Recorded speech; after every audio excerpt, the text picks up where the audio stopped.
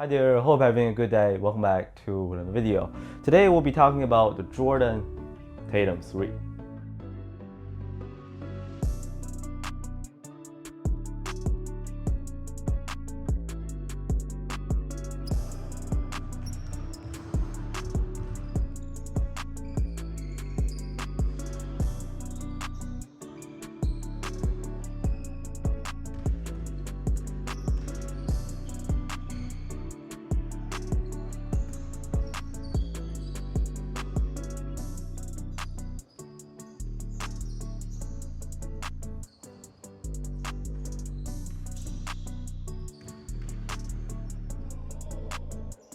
So retail price is set at 125 US dollars, same as before. This is the launch colorway that he wore on the 2K cover called Welcome to the Garden. As some of you guys know, the Tatum 2 has been one of my personal favorite basketball shoes this year. Not in a sarcastic way. There's not much cushion, not excellent traction, just easy and fun to use. Does not cause any soreness for my feet or knee pain, most importantly. The 3 has everything that the 2 offers, with slight upgrades. A little bit of a different fit, we'll get into that for sure. Sizing is key. Honestly, I don't even like Tatum. I'm just speaking purely based off of my personal experience. I'm loving this Tatum line by Jordan brand. And I know that sounds really weird to a lot of people. I even think they keep getting uglier. Y'all can keep hating on them. For me, it's like, one, I'm not expecting like a premium product from Jordan brand at this point. Loaded with good tech and material. No, that's not what the price point reflects. Yeah. 2, they're not expensive in the first place.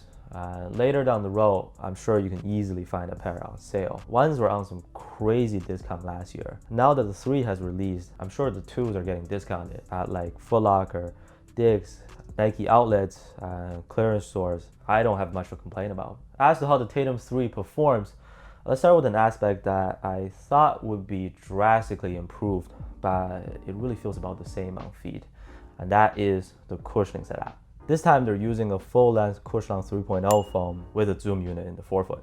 Is it a huge upgrade? Nope, but it is notably softer. Like the way the heel presses down, the dynamic effect from the midsole, and how the shoe transitions from front to back, that feels a lot smoother as well. Great core feel. I would not consider these a very bouncy shoe. So even though comfort is quite nice, responsiveness and bounce back, little to none to be honest. They're very light though. For US size 10.5, they measure to be 370 grams for each shoe, give or take. So 1 was super light. 2, they stuffed a bunch of holes on there and added a good amount of weight. 3, they lost some weight again. And I think that's a good thing. These are a type of shoe that will be better off the lighter they are, in my opinion. So you can really get that minimalist feeling as you play in them. Yeah, much like me, the weight has fluctuated with this line, but still, traction had an important adjustment. It's finally rubber for the most part now, thank goodness. Entirely foam on the Tatum 1 was kind of a failed experiment. It was still okay, but as soon as dust accumulates on the bottom, you would start sliding a little bit. So you gotta keep up with the frequent wipes. Similar experience here, not gonna lie. But this time on the Tatum 3, only that small part on the medial side is foam. The rest is rubber with grooves on it. Herringbone plus a wavy pattern in the forefoot. Translucent might have made it worse. Again, putting these to work is the most important part. And performance, I would say, is improved, but only by a little bit. If the Tatum 1, to give you a reference, if that was a 6.5 out of 10, which it was to me, Tatum 2 would be a 7 out of 10. Here, the Tatum 3 would be a 7.5 out of 10. B-tier traction. On the very dusty court that I normally play at, when I went back to look at it, it seems pretty bad at times, but I felt okay when I was playing in them. I mean, everybody was struggling with the grip. Our floor gets nasty sometimes. Only way and New Balance can come to the rescue for that. Somewhat squeaky this time. Lateral movements were fine. Problem occurred for me on a hard pivot, let's say.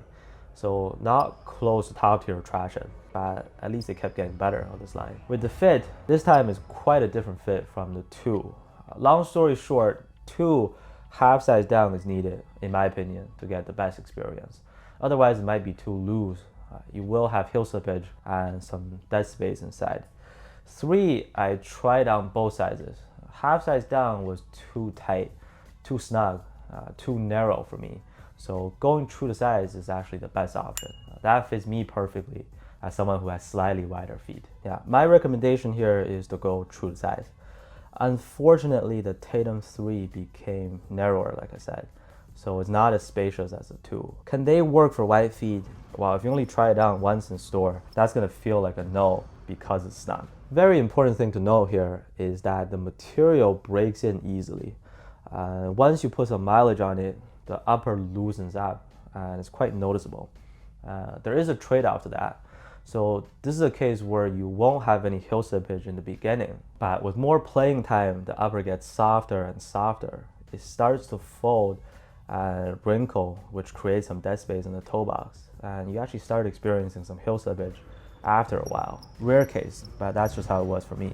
So wide footers, you can make it work going true to size.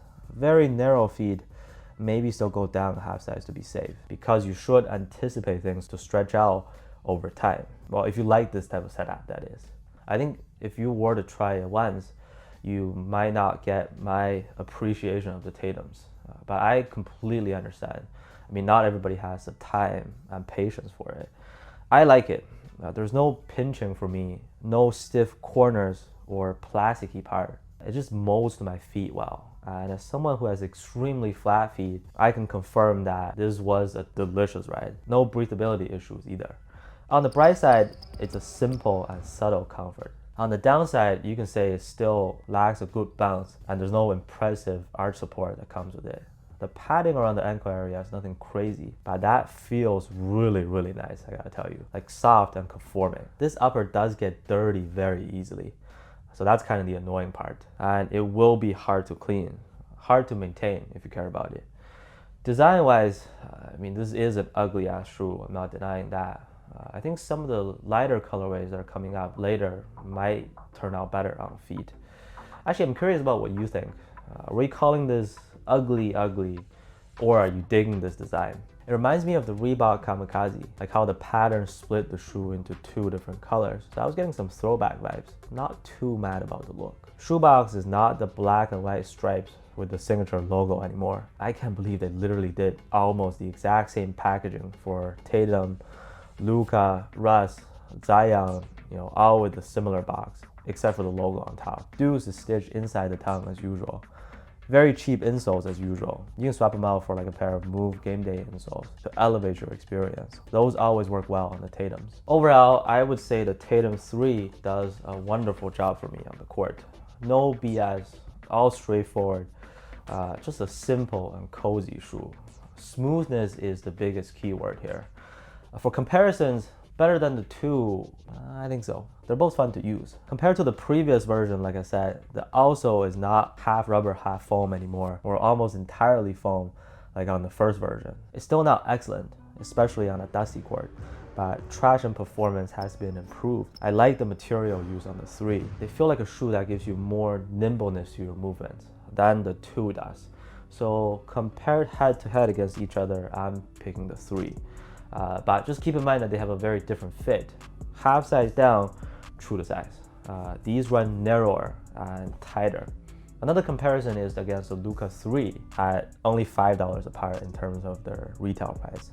I will again take the Tatums for the lower weight, faster speed, less soreness experience, and smoother ride. But then compared to, let's say, the Jordan 39 price tier, my top 5, top 10, or some of the best basketball shoes on the market right now, regardless of the prices, objectively speaking, the Tatum 3 cannot be ranked that high because traction, cushion, bounciness, support, you take any of those aspects by itself, the Tatums just aren't that great on paper. Again, everything comes down to your preference, foot shape, body weight, playing style. Maybe it's because I don't have a playing style, so I love these a lot. All right, that's about it for this video. Let me know how you feel about the Jordan Tatum 3 down in the comments. Don't forget to enter my giveaway on Instagram. Thank you so much for watching, and I'll see you next time.